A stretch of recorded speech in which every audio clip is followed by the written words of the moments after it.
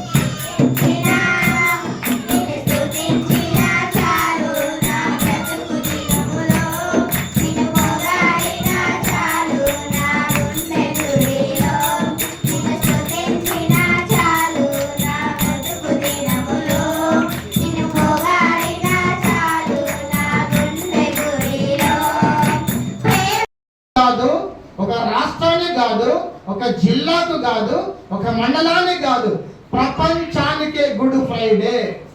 Good Friday అనగా మంచి శుక్రవారం అని అర్థము. గుడ్ అనగా మంచి, ఫ్రైడే అనగా శుక్రవారము. మరి ఎన్నో శుక్రవారాలు ఉన్నప్పటికీ ఈ శుక్రవారానికి ఎందుకు ఇంత ప్రపంచంలో విలువ వచ్చింది అంటే, ఈరోజు సమస్త మానవాళిని రక్షించడానికి ప్రభువైన యేసుక్రీస్తు ఈ భూమి మీదకి వచ్చి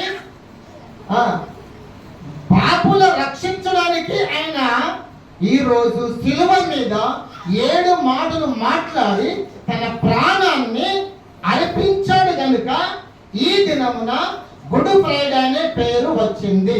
హల్లెలూయా.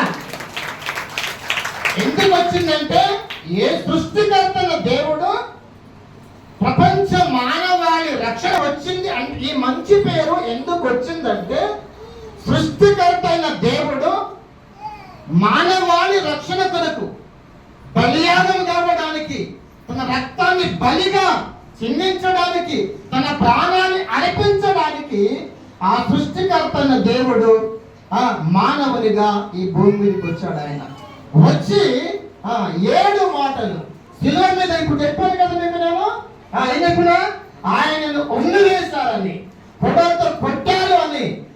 అయినా ఈ లోకంలో యేసుక్రీస్తు దేవుడు కాదని అనేక మతోన్మాదులు, అయినా యేసు ప్రభువు నోరు తెరవలేని ప్రేమ, బదులు పలకలేని ప్రేమ. అందుకే బౌలు చెప్తున్నాడు, మీరు క్రీస్తు యేసుకు కలిగిన మనసు మీరు కలిగి ఉండమని చెప్తున్నాడు. హల్లెలూయా.